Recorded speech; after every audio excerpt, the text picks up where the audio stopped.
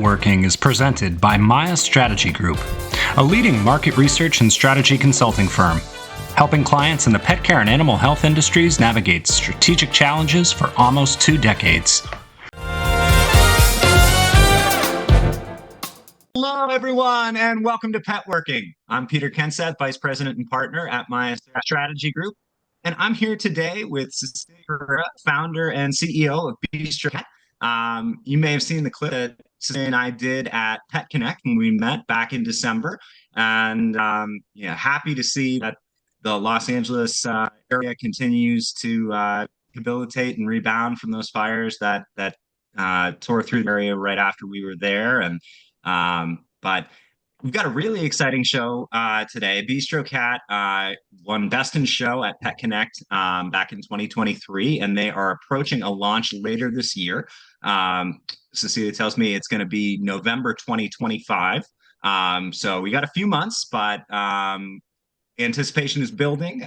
We have huge pre-order numbers for BistroCat. I think Cecilia was saying 500 pre-orders so far, and that's really without a lot of marketing, which tells you, just how anticipated a product this is. And to refresh everyone's memory, BistroCat is an automated wet cat feeder.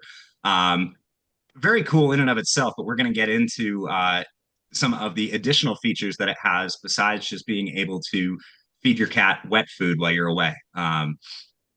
So without any further ado, I am going to turn things over to Cecilia, and thank you so much for joining us. I'm glad we're able to do this episode. It's great to see you again, and welcome to Petworking.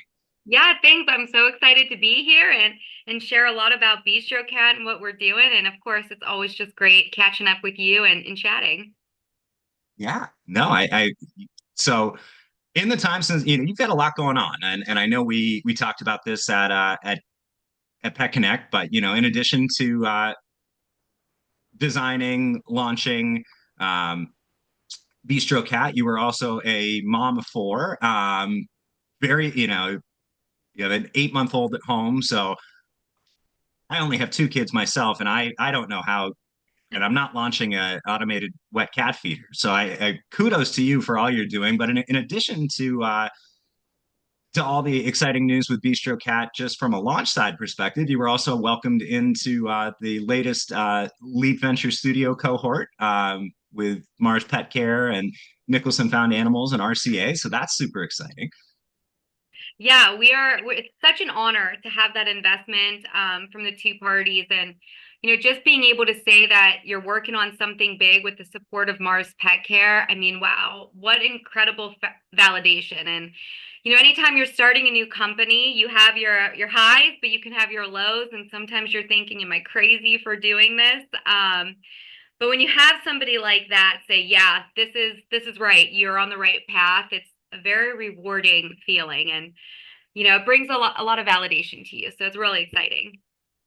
Yeah, no, I mean, it's got to be great. I mean, we've had former Leap cohort members on before. We had Mela Petcare on last year, and I've talked to several other people who have gone through the Leap program. I would be curious, what have you found? Obviously there's the endorsement from Mars, but Mickelson Found Animals is also a sponsor of the program. RCA, the agency, is a sponsor of the program. I've heard from a lot of folks that the partnership and collaboration with RCA is hugely beneficial to them. What have you found? I know you're going through it right now, but what has been the best part of the program for you so far? Oh gosh, there's so much to say. And of course, outside of the financial investment, which is always, huge for any startup company, just the access we get into the ecosystem is a massive win for us. So at our core, BistroCat is a piece of pet technology that solves automation and convenience for cat parents. And, you kind of touched on this, and I won't dive too much into all of it quite yet. But, we really do make feeding your cat from anywhere possible. You can get up to, 9 days worth of meals. We now work with 2 different food pod sizes. Everything's controlled right from your phone. Our device doesn't require ice packs or refrigeration. It's kind of the kitty Keurig, if you will. So we're really making mealtime easy. But outside of that, we have an entire pet ecosystem. We have a health platform that actually tracks your cat's eating behaviors. We're able to know how much your cat's eating, how quickly they're eating. From there, it allows us to do health alerts to your phone. We have a triage capability within our app. We're working on some telehealth into the veterinary, world. And so we're really building this data hub into the ecosystem. So with the help from, the Leap Venture Studio, what we found is we're now getting access to all of this data that further pushes our efforts forward of really reaching into this ecosystem and allowing us to touch different players in the pet space, from veterinarian into genetics into manufacturing. Pet insurance is a really huge part of what we're working on right now. And with Mars, specifically being so connected into these different segments, it's opening a lot of doors that we were there knocking and making progress, but now we're getting a much faster welcome inside thanks to Leap. Yeah, I mean the Mars ecosystem is huge, and as you were saying that, it's like, okay, yep, they have Banfield, they have VCA, they have Blue Pearl. They're the largest holder of veterinary clinics in the country. They have Wisdom Panel, they have Whistle. Exactly. Um, I didn't know you mentioned pet insurance. As far as I was aware, Mars doesn't. That's one area that they haven't played in. Yeah, they What's the don't. connection to pet insurance? And I want to be very clear too with these partnerships. We're not exclusive, to Mars. And even in our food brand portfolio, you'll see that we now have partnerships with Cadit, which is owned by the Hagen Group. We have Hound and Gatos, which is a super premium brand. And we have many more that are going to be announced here very soon into that. So this partnership isn't exclusive to Mars, but they do have a network not only in their own ecosystem in the Mars world, but also with just friendly competitors and other people that we've gotten a lot of access to. But no, you're correct that we're not working on anything on the insurance side directly with Mars, but they have a lot of data and power that we're able to lean into in relationships. And then, of course, just working through those financial models and understanding the impact is really helpful too. And they've been a very hands-on partner so far during the Leap Venture Studio and helping us and advising us as we kind of work through these different models.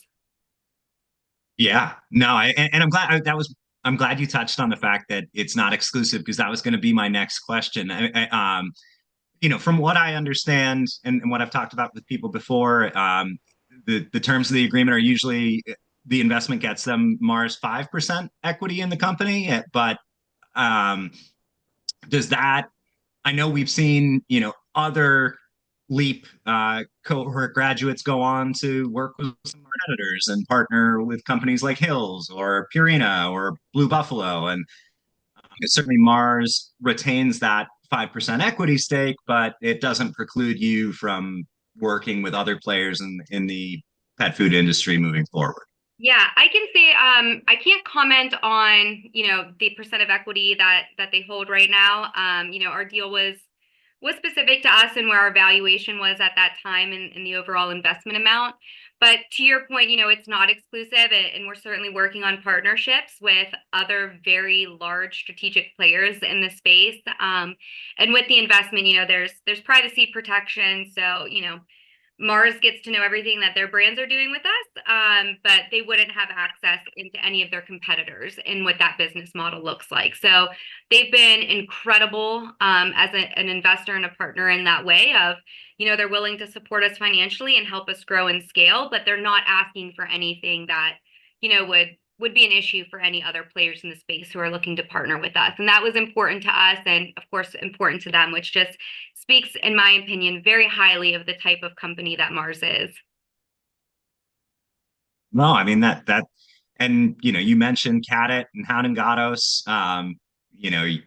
You talked about Mars brands and them getting insight, but I didn't hear any Mars brands mentioned that you have formal partnerships with yet. Can we assume that there will be some Mars Keurig pods, so to speak, being announced soon?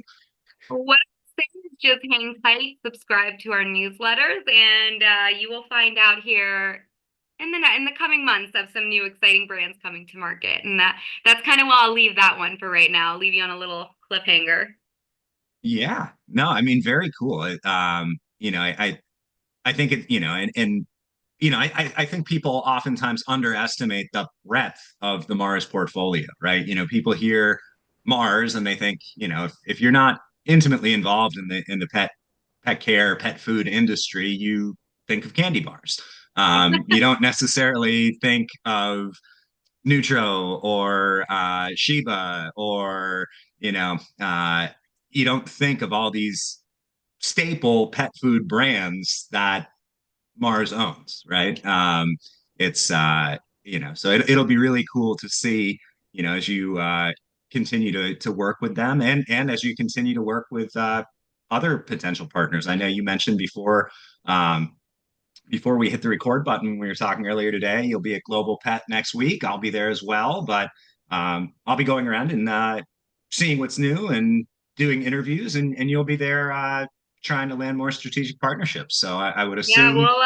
we'll be finalizing a lot of deals there.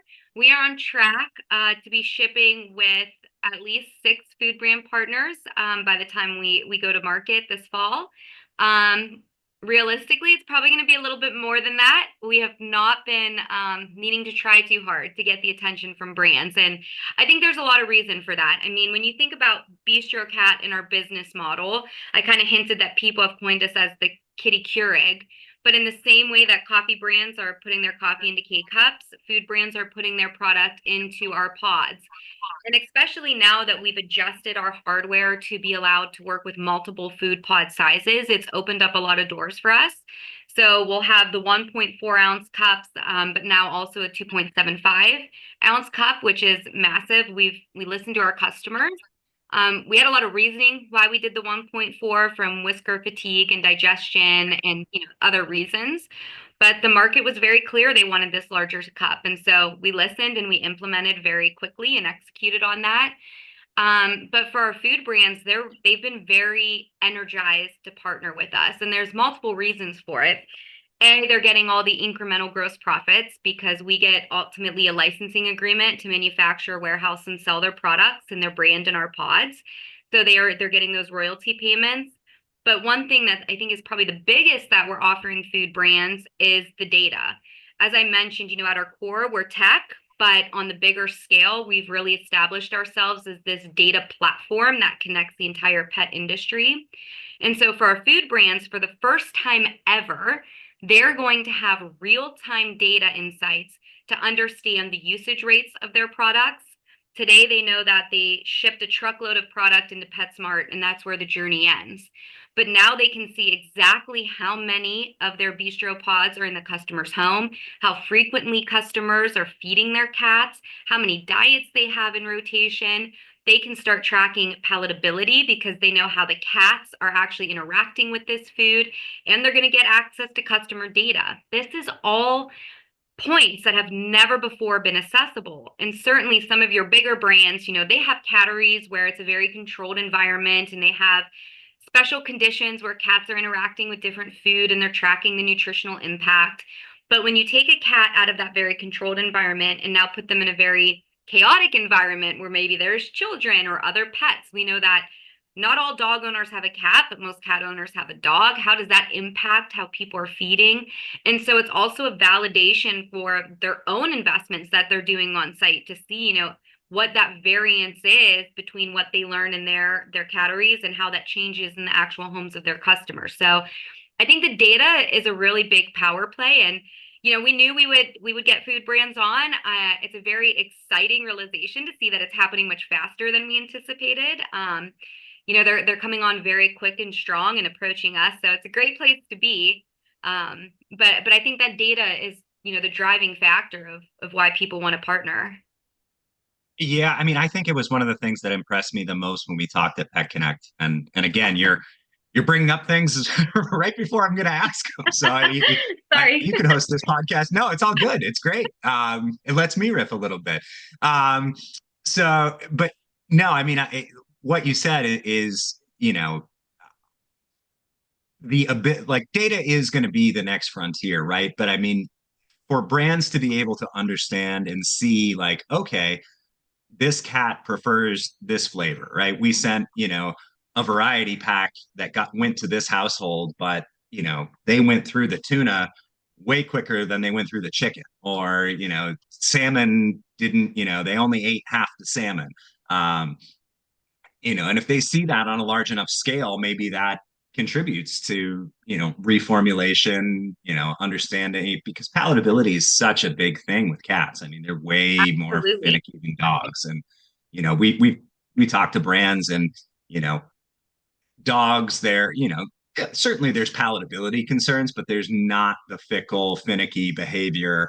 There's not the looking into texture and Exactly. size. And maybe with senior dogs, Peony has gone from being the most food-driven dog ever to me needing to rotate her diet almost daily to keep her interested, as she's now 10. But um, I don't have a cat personally, but my best friend has a cat, or had a cat, since passed on, and my brother has a Right. cat. And but when my best friend's cat was still here for a while, he would have me go over and feed her when he was away. And, eventually he got an automated kibble feeder.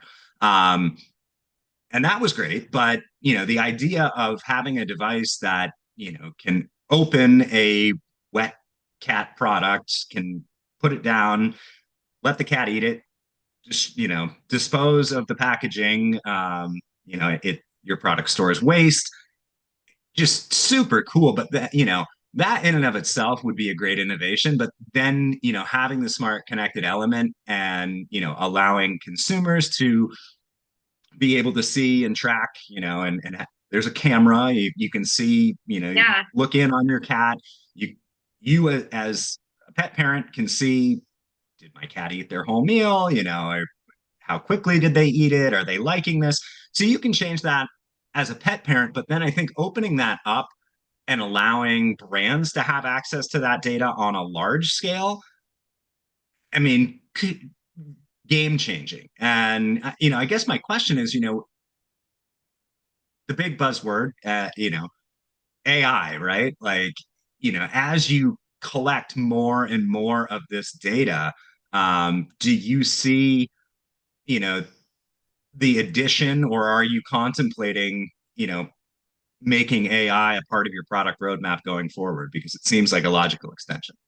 Yeah, I mean, we're definitely evaluating all the paths forward. One thing that's really important to me is focusing on the health piece of it. And so you brought up a lot of good points, and I'm going to kind of unpack a few pieces of what you just covered, and then I'll bring it back to the AI. So, number one, as you kind of mentioned, is we are this full automation. All the products that are in market today, which are good short-term options, I'm not dissing them, but any type of wet food automation that exists today requires ice packs and refrigeration. You're maybe getting 3 meals, but you still have to manually open the food, dump it in, and then come back and clean it. I know there's a few coming to market, but it's still a very hands-on process.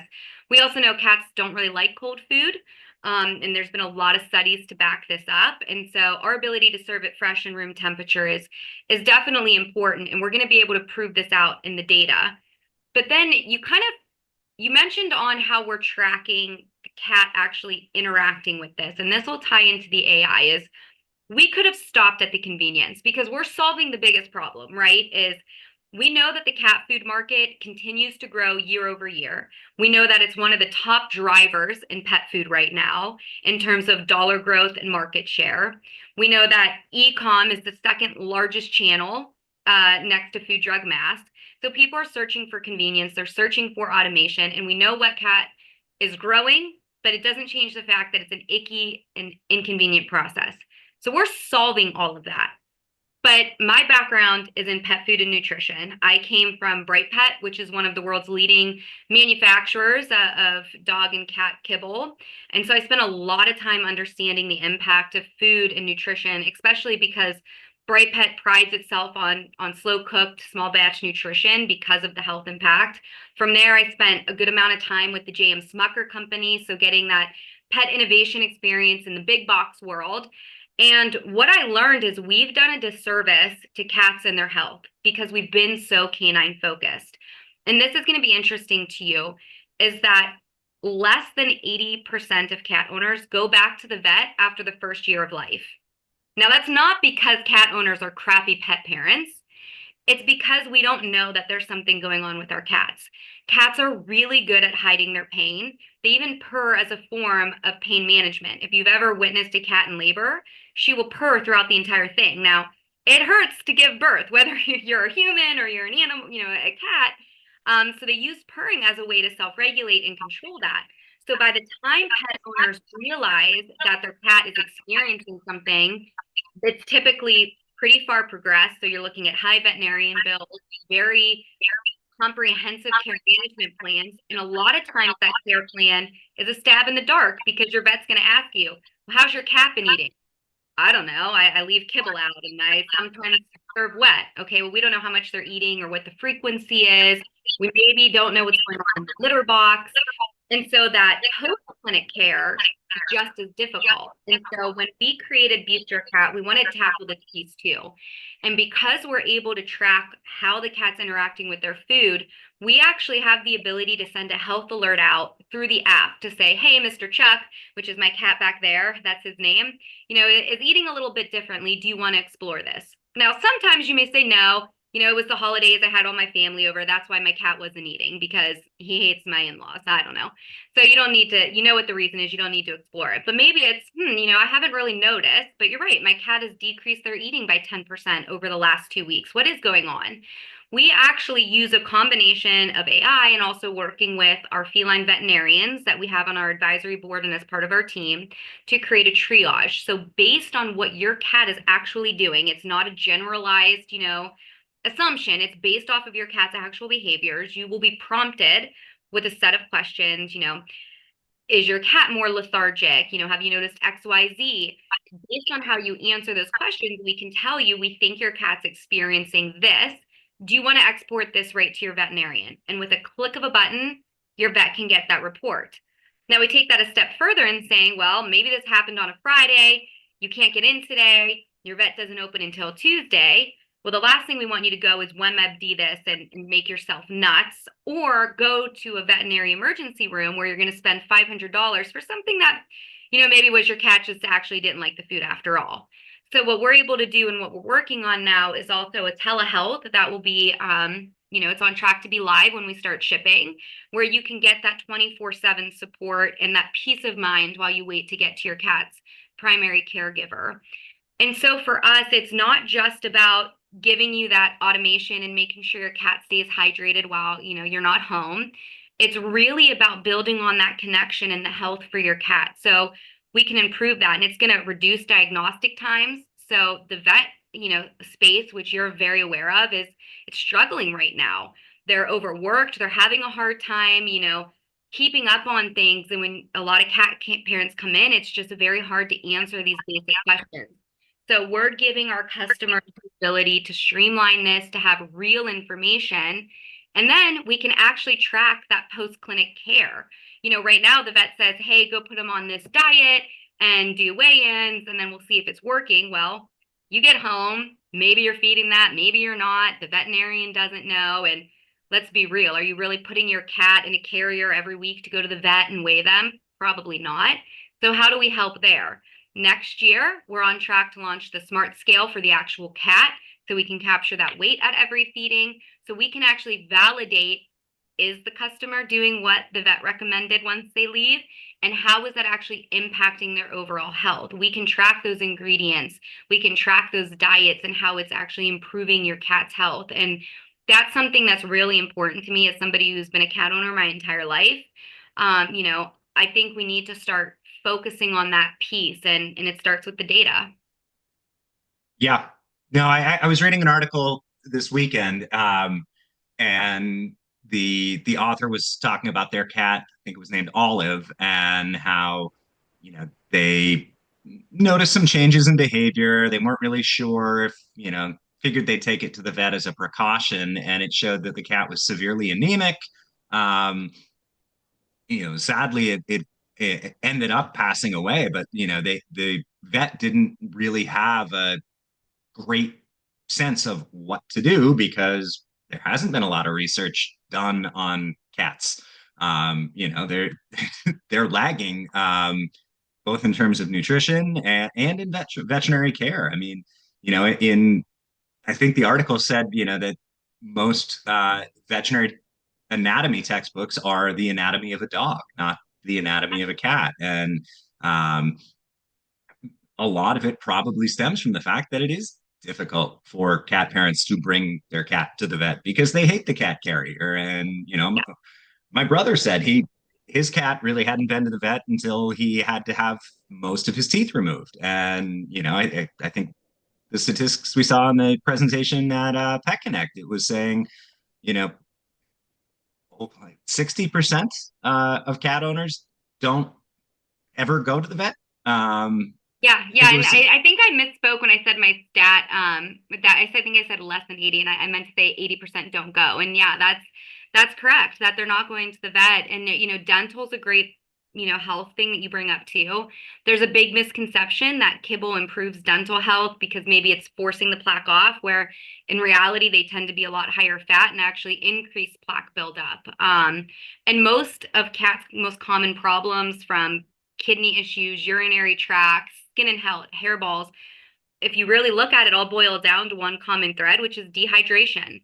Cats are not wired to go to their water bowl. If a dog's thirsty, you see them go to the water bowl, they make a mess. There's TikTok channels just about watching that. But cats don't really do that, and it's for several reasons. Number one, they're wired to get their hydration from their prey.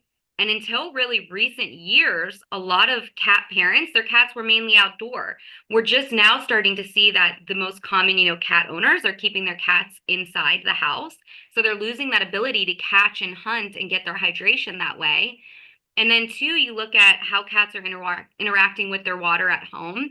If you've ever noticed, cats like to go to the toilet bowl to get their water, or if there's a running faucet, they'll go get water from there. Even if there's a bowl of water on the floor, they choose these sources. And people say, well, why are they doing that? My cat's so gross.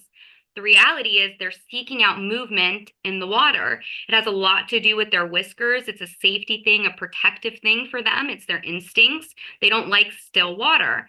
So I'm also a big advocate, by the way, for the products that have the water bowls that continuously move and look like a fountain. It's very good for cats and will also help increase that hydration. But that's why wet food is so critical, because if you're on a kibble only diet, the chances are your cat's actually pretty dehydrated, and you're going to have a lot more health issues if that goes unnoticed. And it's not really the fault of a lot of pet parents, just because we haven't educated them. And so as an industry, my hope is to push the industry forward and do a better job of supporting, new and existing cat parents. yeah, yeah, no, it's a great point. And, you mentioned, with tracking the post care, raised a question in my mind. Do you see down the road that you will have therapeutic diet pods? Do you see like having a kidney support diet in BistroCat? Do you see pills, Rogaine, Purina, and with their therapeutic diets? Is that in the roadmap? Yeah, that is on the roadmap. And we're actively working on it. Again, a lot of these things are under NDAs until we can finally publish it. But yes, we will have prescription diets in our portfolio.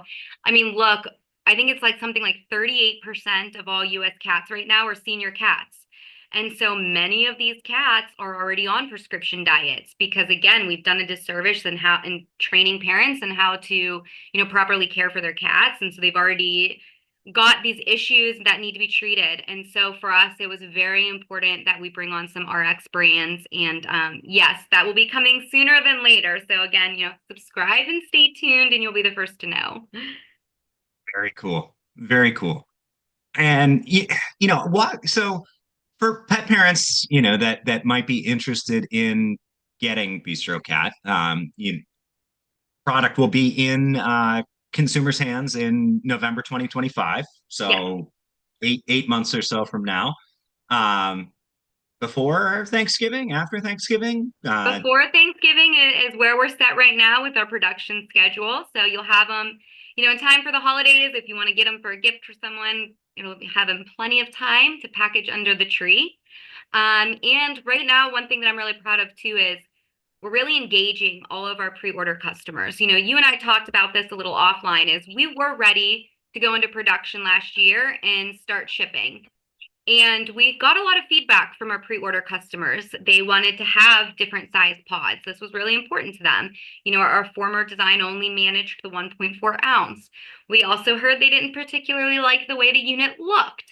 And so I got together, you know, with my co-founder and my board of directors, and I said, look, we can certainly launch, or we can really show our customers that we care. And we can delay our production a little bit, make some tweaks to the overall hardware and design so that we can execute on what our customers are actually telling us. I'm not just building this for my ego or, you know, to say that I did something. I'm building it because I really care about cats and their humans. And so for me, if we have all of this communication coming to us, it is our responsibility to listen. And so we made the decision to pause this. I personally reached out to every single one of our pre-order customers and said, hey, you know, we're contemplating implementing these changes. Are you willing to wait? And it was a resounding yes. Everybody was excited. They didn't mind waiting. And so, you know, that's when we said, okay, let's go ahead and execute on this. And so now, as you know, we're finalizing those design tweaks and getting ready to go in production. I've been doing my best to send out, you know, regular communications on a monthly basis to our customers. My next one will actually go out this week, and we're going to give our pre-order customers a chance to vote. We're going to say, you know, this is the color that we've been advertising. Is this really the color you want? Do you want to see it in a charcoal gray, a black? You know, do you want to see it in hot pink? I don't know. We're going to give them the opportunity to actually help us influence some of these changes before we go to market, and that just, I hope, shows our commitment of, you know, we have our knowledge base and we're experts at hardware and technology. We're experts at food and nutrition, but the customers matter. And so we want to listen and we want to make them feel part of this journey. And so, yeah, you can go online today and order the unit. They are open for pre-orders. The faster you order, you'll reserve your space in line for those first shipments as we get them out the door. And hopefully I'm not premature in saying this, but for all of your loyal followers and listeners, we will be today activating a coupon or a promotion code. If you type in Petworking, it will get you 40% off the feeder when you also enroll in the food subscription, which should be a no-brainer because our food subscription is custom to your cat based on their eating preferences and your actual inventory levels. So you only get product when you're running low. We're not going to force you to get a box, you know, every 30 days. Well, hopefully people are going to take advantage of that. I will say, you know, go sign up soon, and then maybe you can vote on the color that you want, so that there's advantages to getting in there early. But for people who may be on the fence, so let's walk. Maybe we can walk people through exactly how it works. Now, you said you can put up to 9 days of food in the feeder. So you load, that's 18 pods or 27? Are you feeding 2 times a day, 3 times? Yeah, the length of how long the food lasts, of course, will be dependent on the brand you're feeding and their feeding guidelines, the size of your cat, if you're also feeding kibble or how that works. But the max will be 9 days. And so with the current design, you can actually put into 9 pods of the larger 2.75. And so when you go to use your device, it's very simple. You pop open the hood, throw in your pods of whatever food brand you decided to purchase.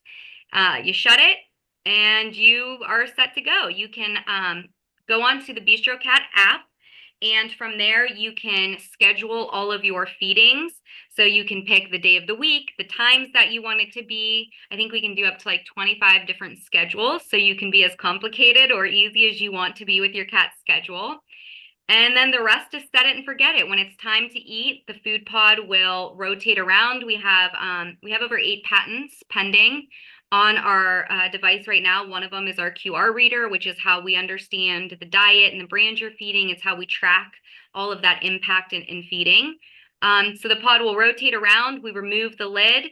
Your cat can eat right out of the cup. We've done a lot of very in-depth studies on whisker fatigue and the cat's ability to eat out of the pods, and it's been, you know, signed off on and reviewed by veterinarians and other companion animal experts. Then when your cat's done eating, it's safely discarded. And we have all the antimicrobial and safety technologies built in, so you don't have to worry about infestation or bacteria buildup or anything from that standpoint. The safety of our unit is obviously very important, not just the human safety, but the cat safety. So it's really that simple. Everything's tracked right from your phone. If you do love the time, maybe you have one of those cats. In addition to Mr. Chuck, we have Stella. Stella is your more stereotypical cat that graces you with her presence, maybe 60 seconds a day. She prefers to kind of do her own thing. So feeding time can be an intimate moment with your cat. It's maybe the only time that they want to come and rub up against you and purr and get some of those cuddles in. And we heard people don't want to lose that. But what they do want to get rid of is the ick of opening up a can and having the juices splatter. So we also have a manual feed button on the device. So if you want to physically be there at mealtime, you can. You don't have to rely on the app. You can go and hit that feed now button and be there with your cat when the food is served. We'll also have customizable chimes on the device. So you can pick different sounds to alert your cat, or no sound at all if you prefer not to have that. Maybe you're the 3 a.m. feeder and you don't want to hear that and get woken up. So a lot of customized ways to use our device as well. And then, of course, all the feeding tracking and data is right in your app, easy to download, export, attach. You have a customer profile, so you can edit all your subscriptions. We really try to make it user-friendly. Very cool. So with like the 2.75 ounce pod, that comes down, it gets opened, cat eats maybe half of it.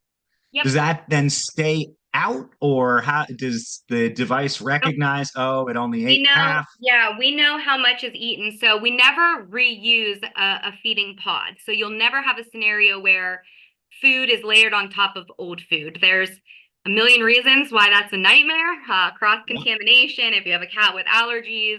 So once the pod has been served, that's it. And so when the feeding time's over, even if it's full, maybe your cat accidentally, went outside and missed a feeding or got locked in a bedroom, I don't know. So they missed the feeding. So even if it's completely full, we still can go ahead and discard that. So at the end of the week, all you need to do is pull out that tray, dump it into your trash or recycling bin, and you're on your way. And then all of the insights too, of course, are dishwasher safe. So you can throw it in your dishwasher, or if you're like me, hand wash everything. We make it really easy. So it can, if you have like a full pod sitting in the discard bin for like a week, that's contained. You're not going to smell Correct. old food or anything like that. Correct. There's no smell. It's airtight. Again, all the antimicrobial technology built in there, so you don't have to worry about mold growing on top of it or anything like that. And then, of course, the app too also tracks the disposal chamber and knows how many used pods there are and how many unopened pods there are. So, as it gets close to the time of saying like, hey, you need to, empty the trash, you'll start to get those alerts on your phone and those reminders. So you don't have something sitting out too long. Everything. It's good. I'm thinking of more questions that, the other one, you mentioned the safety. Obviously, there are moving parts here that, if you're having a machine, open the pod, bring the pod down, put it in front of the cat. You mentioned, this was rigorously tested. You've pushed the launch date back. I'm assuming there had to have been a lot that went into making sure like this isn't something where a cat's whisker can get caught in where the machine is moving or anything like that. Talk to us a little bit about that testing process. Yeah, and we're going through a lot of it right now. It's a crazy, overwhelming process, but one that's obviously very important to us. I am so proud to say that we have some of the world's best engineers working with us right now on this, of various disciplines, from mechanical, electrical, firmware, software. I mean, everybody's come together. We've got a world-class system engineer overseeing the project. And so, of course, we're doing what's required of the industry, not just from a food safety standpoint, but also just an electrical and mechanical, user tech product, from UL ratings and thinking about, the power. You don't want to have a scenario where something overheats and, God forbid you had a house fire because of it, or, you start to think about all these things, and, you use the air fryers as an example. If you remember that from a few years ago, what a disaster. And so our team has been very, very proactive, and we are going through extreme testing with this, from life cycle testing, endurance testing, drop testing, and making sure we don't just get what's required by the industry to be able to sell this product, but also everything just to give that consumer reassurance, from food safety certifications and guidelines, to ensure that we are sending you the safest and highest reliable and quality product that we can. And that's something that I'm really proud to hang our hat on, is to know that this product is going to be safe. Because certainly if you're using it in a way where you are leaving the home for the weekend and you want to be able to leave this with your cat so they can eat, you want to have that reassurance that it's going to be safe. And so when I tell you we are doing every possible test that we can get our hands on, and it's not cheap, but it's worth it for us. And I think a lot of companies might be willing to cut corners to get to market faster and make something cheaper, but I'm not willing to do that. I care too much about these cats and the homes that they're in, and we want to make sure it's extremely safe. Yeah, and it has to be reassuring for the brands that you're asking to partner with too, because it licensing their brand out to you and putting their brand in BistroCat, that then becomes a reflection and extension of them. I'm sure, Hound and Gatos or Cat It, would not want, you know, something bad to happen to a cat while they were getting fed their food through BistroCat. Yeah, And, obviously. I can tell you too, and not to interrupt you, but without saying their names, again, I have to be a little bit careful until we put out the formal press release that's agreed on. But some of the larger food brands have requested to do their own testing on it, to put these in their categories and do their own studies. And of course, we say yes. We want them to sign off on it and have their own engineers and their own teams review this. And, having that sign off again validates the work we're doing, and I think puts a lot of reassurance into the customers' minds. Yeah. I mean, it super cool, super exciting. I mean, we talk about this being, the year of the cat.